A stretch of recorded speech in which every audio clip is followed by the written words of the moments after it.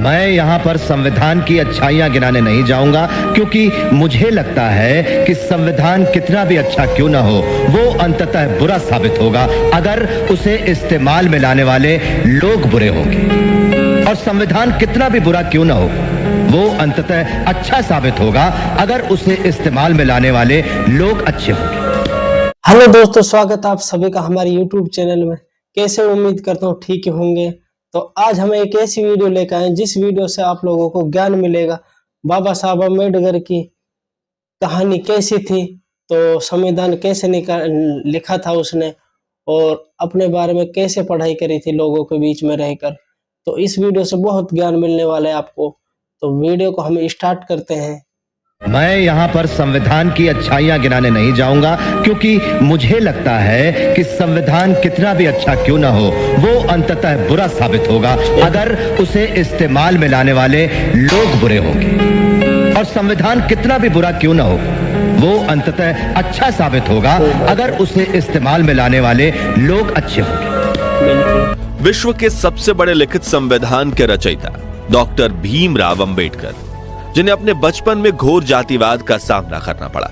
अपने स्कूल में उच्च वर्ग के विद्यार्थियों से दूर जमीन पर बैठकर पढ़ना पड़ता था, जिनके अपने बाल अपनी बड़ी बहन से कटवाने पड़ते थे, क्योंकि गांव का कोई नाई इन्हें हाथ लगाकर दूषित नहीं होना चाहता था, और जिन्हें समाज की इस घिनौनी विचारधारा की वजह से अपना सरनेम सकपाल से बदलकर अंबेडकर करना पड़ा था। फिर भी वो इतनी शिक्षा प्राप्त कर चुके थे कि उन्हें भारत का सबसे ज्यादा पढ़ा लिखा व्यक्ति माने जाने लगा। कैसे उन्होंने अपने लोगों के हक के लिए दशकों तक आवाज उठाई, क्यों बाबा साहेब अपनी सेहत पर ध्यान न देकर भारत के महान संविधान की रचना कर रहे थे, और आखिर में तो वो अपना धर्म ही बदल बैठे, जो बौद्ध धर्म अपनाया।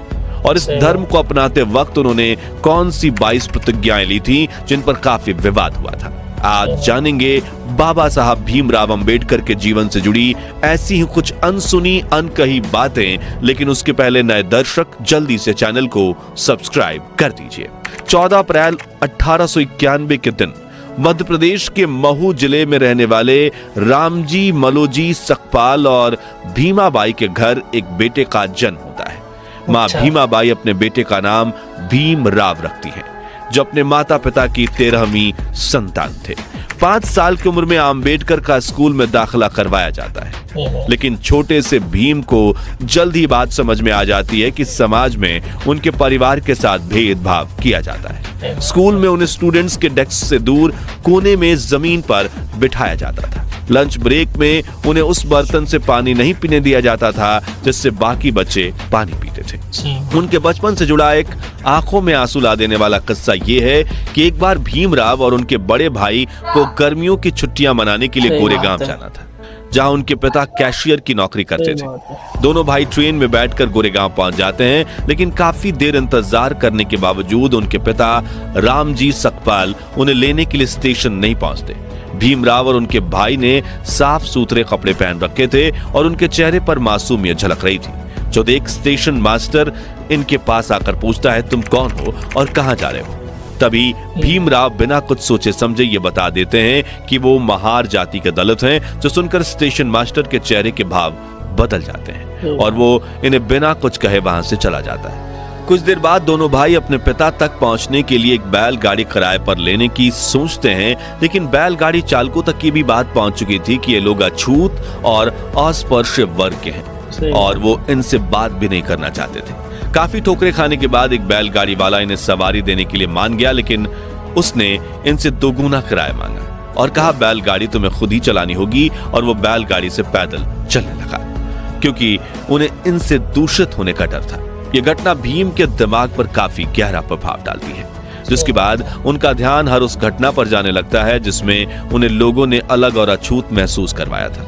इसी तरह गांव का कोई नाई इनके बाल भी नहीं काटता था, बल्कि इन्हें घर ही अपनी दादी से बाल या दीदी से बाल कटवाने पड़ते थे। इन्हें गांव के मुख्य कुएं से पानी खींचने पर मनाही थी और कोई बड़ा वर्ग इन्हें अपने घर में प्रवेश तक नहीं करने देता था।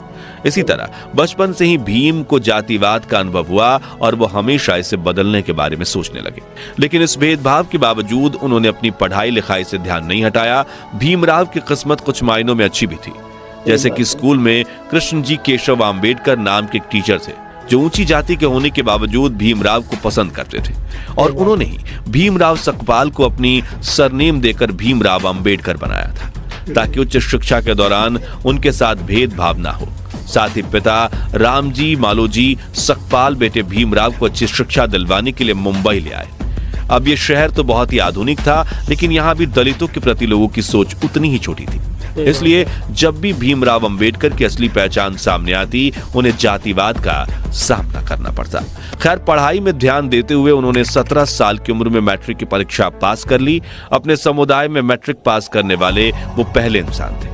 इसी साल भीमराव की शादी रामाबाई से करवा दी गई, मगर शादी के बाद भी भीम ने पढ़ाई जारी रखी और अगली इंटरमीडिएट परीक्षा डिस्टिंक्शन के साथ पास की।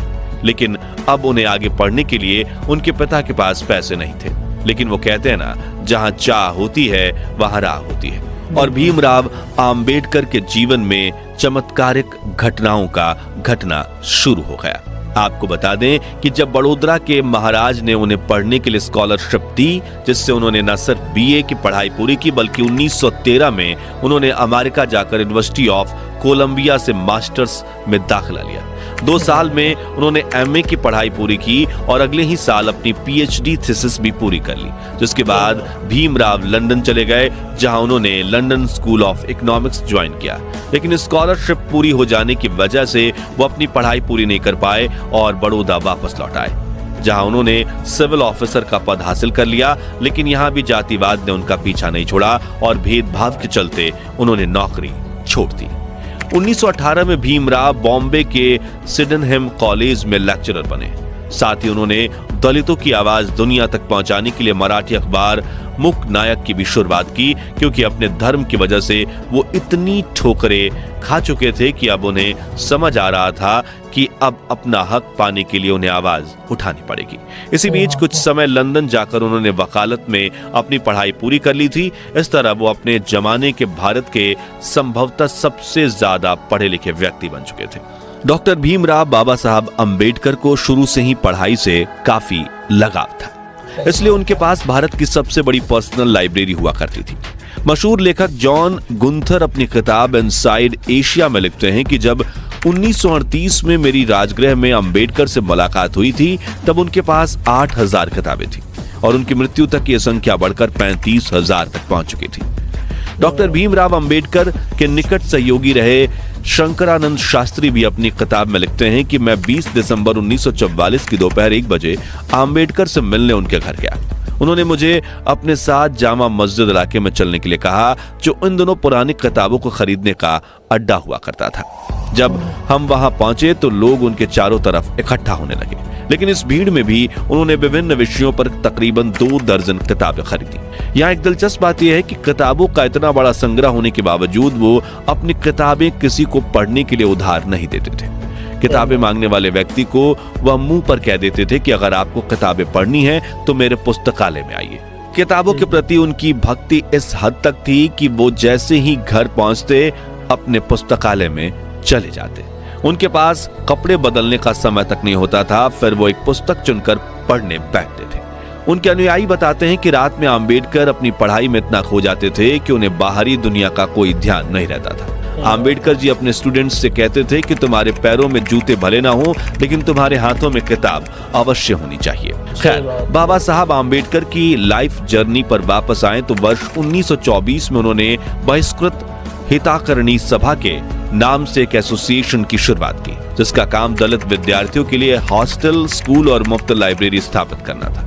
साथ ही वो कई सभाओं में हिस्सा लेकर दलितों की समानता को लेकर सवाल उठाने लगे। फिर चाहे 1972 का महार सत्याग्रह हो, गोलमेज सम्मेलन हो या फिर संविधान सभा में दलित अधिकारियों के लिए आवाज उठाना। इस बीच उन्होंने ये बात नोटिस करी कि महार जाति जिस हिंदू धर्म को मानती है, उसी धर्म की बाकी जातियां उनके साथ अछूत व्यवहार करती है। इसलिए उन्होंने 13 अक्टूबर 1935 के दिन नासिक में आयोजित एक सभा में उन्होंने ये घोषणा की कि वो हिंदू धर्म छोड़ने का फैसला ले चुके हैं। पहले तो महार जाति के कुछ लोगों को झिझक हुई, लेकिन 1936 में बाबा साहब ने महार सम्मेलन में मुक्ति कोण पथे यानी मुक्ति क्या है नाम से एक भाषण दिया। जिसमें उन्होंने तर्क के साथ समझाया कि दलितों को अपना धर्म परिवर्तन क्यों करना चाहिए। लेकिन अगले 20 साल तक वो ये तय नहीं कर पाए कि उन्हें कौन सा धर्म अपनाना चाहिए। शुरुआत में बाबा साहब का झुकाव इस्लाम धर्म की ओर था, फिर उन्हें आर्य समाज और सिख धर्म अपनाने का भी सुझाव दिया गया, जिसके बाद उन्होंने ईसाई धर्म के इतिहास को समझने की कोशिश की और दुनिया के कई धर्म तलाशे। लेकिन फिर 1955 में उन्होंने बौद्ध धर्म अपनाने का फैसला लिया। लेकिन उन्होंने बौद्ध धर्म ही क्यों चुना? तो इस सवाल का जवाब उन्होंने खुद अपने article Buddha and the future of his religion में दिया है, जिसमें उन्होंने लिखा है कि हिंदू, ईसाई, इस्लाम और बौद्ध धर्म की गहरी तुलना करने के बाद कहा कि बुद्ध किसी ईश्वर के पुत्र, पैगंबर या खुद ईश्वर नहीं बल्कि एक इंसान होने का दावा करते हैं। उन्होंने एक इंसान के रूप में ही अपने धर्म का प्रचार प्रसार किया। साथ ही गौतम बुद्ध ने कभी भी चमत्कार या अलौकिक शक्ति का दावा नहीं किया और इससे काफी ज्यादा वो प्रभावित हुए। इसके अलावा बौद्ध धर्म में बाबा साहब को बाकी धर्मों से ज्यादा तार्किकता और गलती करने की गुंजाइश भी दिखी।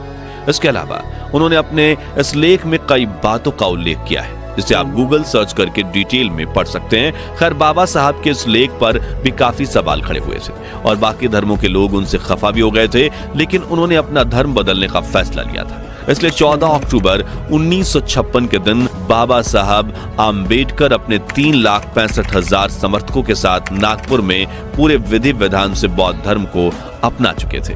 इस दौरान उन्होंने 22 ऐसी प्रतिज्ञाएं ली थीं जिन पर पूरे देश में विवाद हुआ था।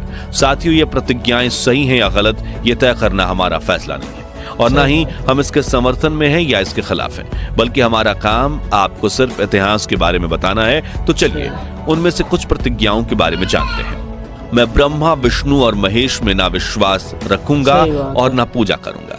मैं राम और कृष्ण जो भगवान माने जाते हैं उनमें आस्था नहीं रखूंगा। मैं गौरी और गणपति और अन्य देवी देवताओं में आस्था नहीं रखूंगा। मैं भगवान के अवतार में विश्वास नहीं करता। मैं कभी नहीं मानूंगा कि भगवान बुद्ध विष्णु के अवतार थे। मैं हिंदू धर्म का त्याग करता हूँ जो मानवता के लिए हानिकारक है और मुझे विश्वास है कि मैं धर्म परिवर्तन द्वारा फिर से जन्म ले रहा हूँ वगैरह। डॉक्टर आम्बेडकर की इन प्रतिज्ञाओं ने हिंदू धर्म के उनके समर्थकों को ठेस पहुंचाई थी और धर्म परिवर्तन ही उनके जीवन की इकलौती सबसे बड़ी कंट्रोवर्सी है। चलिए अब जानते हैं दुनिया के सबसे बड़े लोकतंत्र की नींव जिस पर टिकी है, उस संविधान के बनने के पीछे की अनसुनी कहानी। तो 9 दिसंबर 1949 के दिन 299 सदस्यों वाली संविधान सभा की पहली बैठक हुई थी। इस सभा ने 1946 से 1949 के बीच उथल पुथल भरे 3 सालों में काम किया। इस दौरान देश में कई बड़े सांप्रदायिक दंगे हुए और देश का बंटवारा भी हुआ। इस कारण भारत और पाकिस्तान के बीच मानव इतिहास का सबसे बड़ा प्रवासी संकट पैदा हुआ। इस दौरान भारत में 550 से ज्यादा रियासतों का मुश्किल भरा एकीकरण का काम भी संपन्न हुआ था। ऐसे में संविधान बनाना काफी मुश्किल था, जिसके लिए उस समय देश के सबसे ज्यादा पढ़े लिखे व्यक्तियों में से एक डॉक्टर बाबा साहब आम्बेडकर को 29 अगस्त 1947 के दिन संविधान सभा की ड्राफ्टिंग कमेटी के अध्यक्ष के रूप में नियुक्त किया गया था, जिसमें 7 सदस्य थे। लेकिन कहा जाता है कि संविधान बनाने का 90% काम बाबा साहब आम्बेडकर ने अकेले किया था, लेकिन उन्होंने कभी इसका श्रेय अकेले नहीं लिया। राष्ट्रपति महोदय, सर, मैं ड्राफ्टिंग कमेटी द्वारा निश्चित की हुई संविधान की रूपरेखा को प्रस्तुत करता हूं और निवेदन करता हूं कि इस पर विचार किया जाए।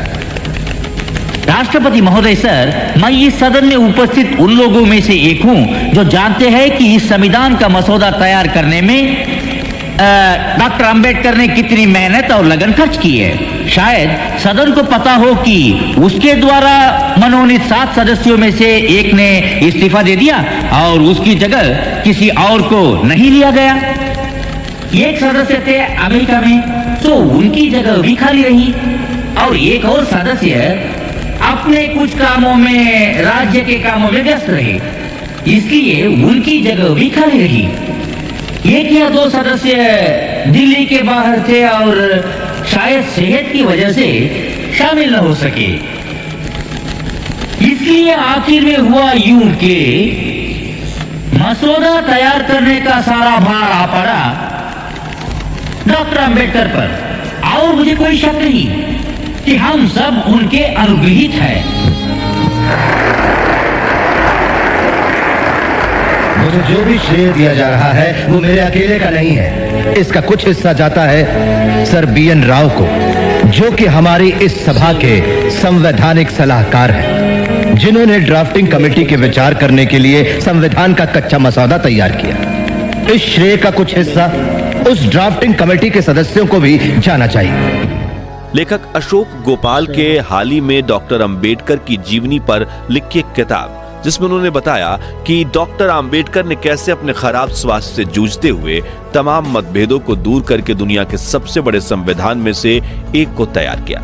इसके प्रारंभिक निर्माण के दौरान ही 2500 से ज्यादा संशोधन किए गए थे। बताया जाता है कि डायबिटीज और ब्लड प्रेशर से पीड़ित होने के बाद भी अंबेडकर ने संविधान तैयार करने में काफी श्रम किया। संविधान सभा में लगभग 100 दिनों तक खड़े होकर उन्होंने धैर्यपूर्वक हर खंड को समझाया और 26 नवंबर 1949 को भारत का संविधान पारित किया गया और अपनाया गया। इस दिन को संविधान दिवस या राष्ट्रीय कानून दिवस के रूप में जाना जाता है, जिसके अगले साल यानी 26 जनवरी 1950 के दिन भारत में दुनिया के इस बड़े संविधान को लागू किया गया।